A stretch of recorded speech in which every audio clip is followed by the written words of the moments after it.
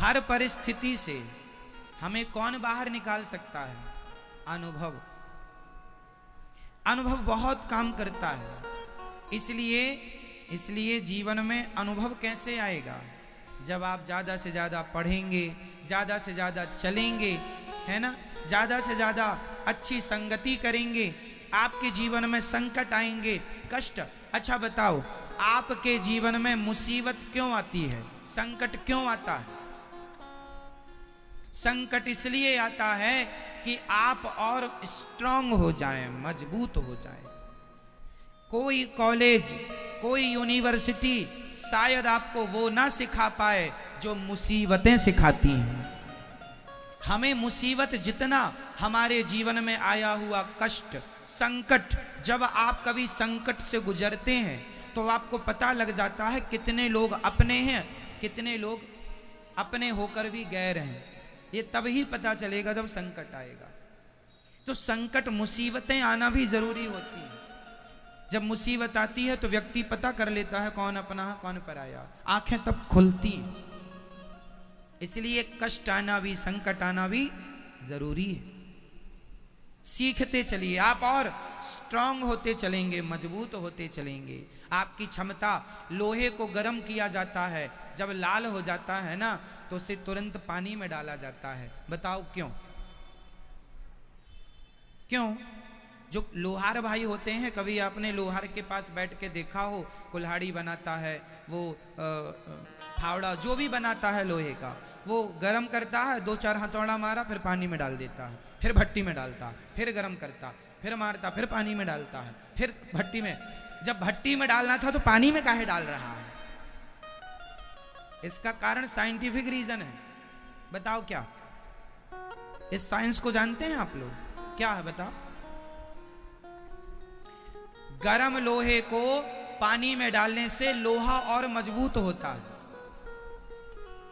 गरम लोहे को पानी में डालने से, अच्छा ये लोहार को पता होता है कि कितने पानी में डालना है, कितनी देर डालना है, पूरा ठंडा नहीं करना, डाल के तुरंत बाहर कर लेता है। कितनी देर डालना है ये उसे पता होता है। हमें आपको उस साइंस को वो जानता है। साइंस है ये। लोहे, कच्चा लोहा होता है, कच्चा लोहे को पक्का कैसे किया जाता है? गरम करके पानी में डालते हैं, उससे पक्का हो जाता है, पक जाता है, स्ट्रांग हो जाता है। तो पका हुआ लोहा बार बार गर्म करना पड़ता है, बार बार पानी में डालना पड़ता है। उस लोहे पर क्या गुजरती होगी, है ना? गरम किया फिर पानी में, गरम किया फिर पानी में। तो जीवन में जितनी मुसीबतें आती हैं, व्यक्ति लोहे की तरह मजबूत होता चलता है। ये मुसीबतें ही जो इंसान को इंसान बनाती हैं। जो व्यक्ति जितना संकटों से गुजरा होगा वो उतना सफल व्यक्ति होगा। जिसके जीवन में कोई संकट नहीं, जिसके जीवन में आप लोग अपने बच्चों को गलत सिखाते हैं, क्या ये गलत है, बच्चे तेरे जीवन में कोई कष्ट ना आए, तेरे जीवन में कोई संकट ना आए, मेरे ऊपर संकट आए तो आए, मेरे बच्चे पर ना आए। ना, बच्चे पर भी संकट आने जरूरी हैं। उसे अपना निर्णय लेने दीजिए। कब तक ढाल बनोगे आप? कब तक ढाल बनोगे? जिंदा हो तब तक, मर जाओगे, उसके बाद तो उसके निर्णय उसे ही लेने हैं। इसलिए मजबूत होने दो बच्चों को, उनके जीवन के निर्णय उन्हें लेने दो, सेल्फ डिपेंड बनने दो, आत्मनिर्भर बनने दो उन्हें। ढाल बनकर माँ बाप ना खड़े हो जाएं। कब तक खड़े रहोगे? कहां कहां खड़े रहोगे? किस किस संकट में खड़े रहोगे? किस किस डिसीजन में आप हस्तक्षेप करोगे? निर्णय लेने दो उनको, मजबूत बनने दो उनको, गिरने दो। बच्चा चलना सीखता है ना तो चलता कम है, गिरता ज्यादा है। और जो बच्चा गिरता है वही चलता है, जो गिरता नहीं है वो, बोलो, आपने भी तो चलना सीखा था, क्या गिरे नहीं थे? 10 बार गिरे थे, 10 बार गिर के खड़े हुए थे। अपने से खड़े होने का हमने प्रयास किया था। माँ की उंगली पकड़ के कब तक चलोगे? सारी जिंदगी माँ की उंगली पकड़ कर चलोगे क्या? अपने से भी चलना पड़ेगा। इसलिए खड़े हो जाओ और गिर जाओ, जीवन में हार जाओ तो घबराना मत। हार जाने के बाद फिर से जिंदगी की शुरुआत, फिर से नई सोच से शुरू करना। किसी एक आदमी का मैंने उसके बारे में पढ़ा। एक आदमी था, उसने बहुत मेहनत की। सत्य घटना है, आदमी का नाम मुझे याद था, अभी भूला है। एक व्यक्ति था, बहुत बड़ा आदमी था।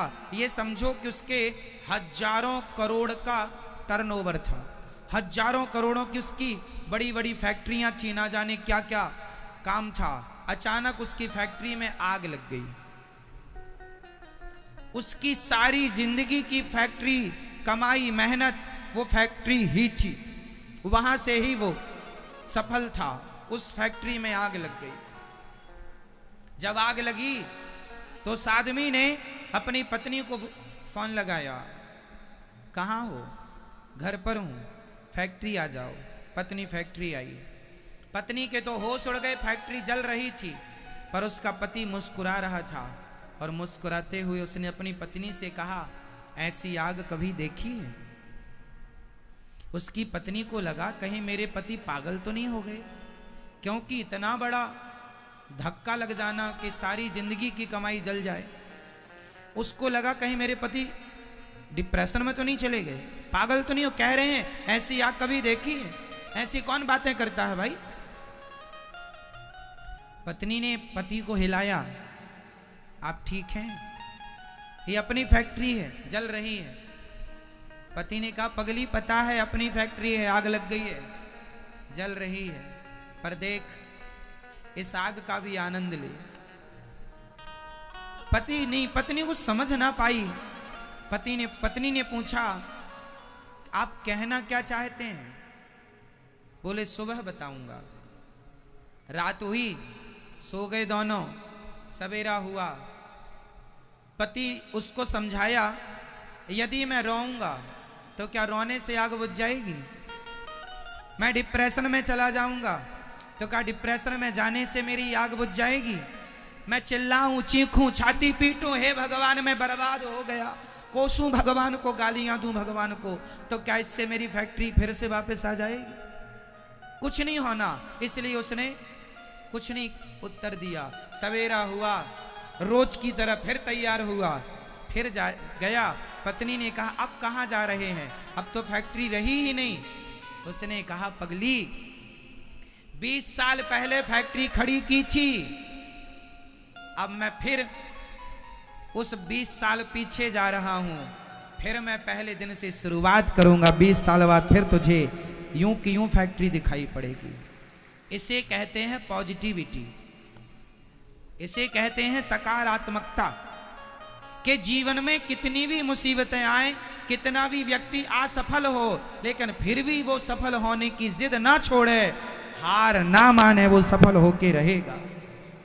क्या कर लेगी मुसीबतें आपका? क्या कर लेंगे कष्ट, संकट आपका? यदि आप मजबूत हैं तो।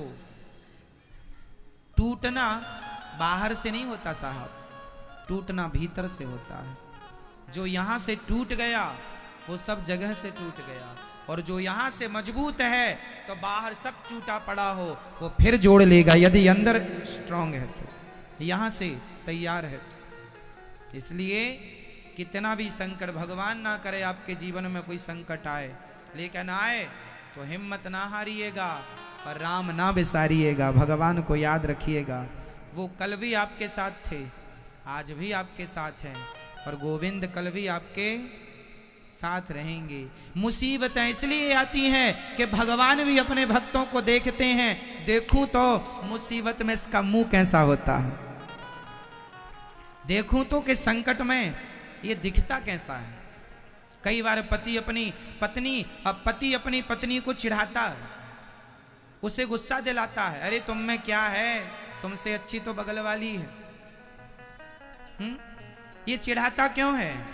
तुम्हारा मुंह देखना चाहता है तुम्हारा पति कि तुम गुस्से में कैसी दिखती हो। भगवान ने भी चिढ़ाया था ऐसा रुक्मणी माँ को। रुक्मणी माँ से कहा भगवान ने, रुक्मणी तुमने बड़ा गलत डिसीजन ले लिया। क्या?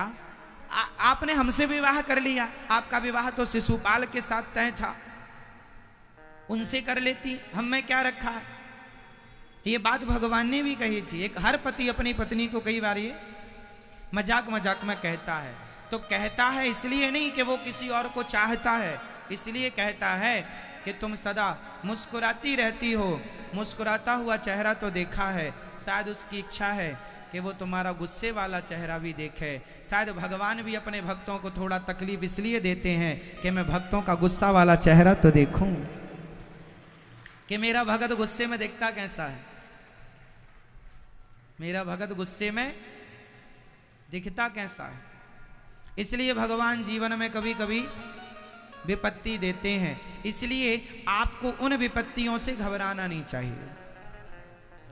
आने वाले संकटों को डट कर उनका सामना करना चाहिए और ये याद रखना चाहिए कि भगवान हमारे, तू अकेला नाही प्यारे राम तेरे साथ।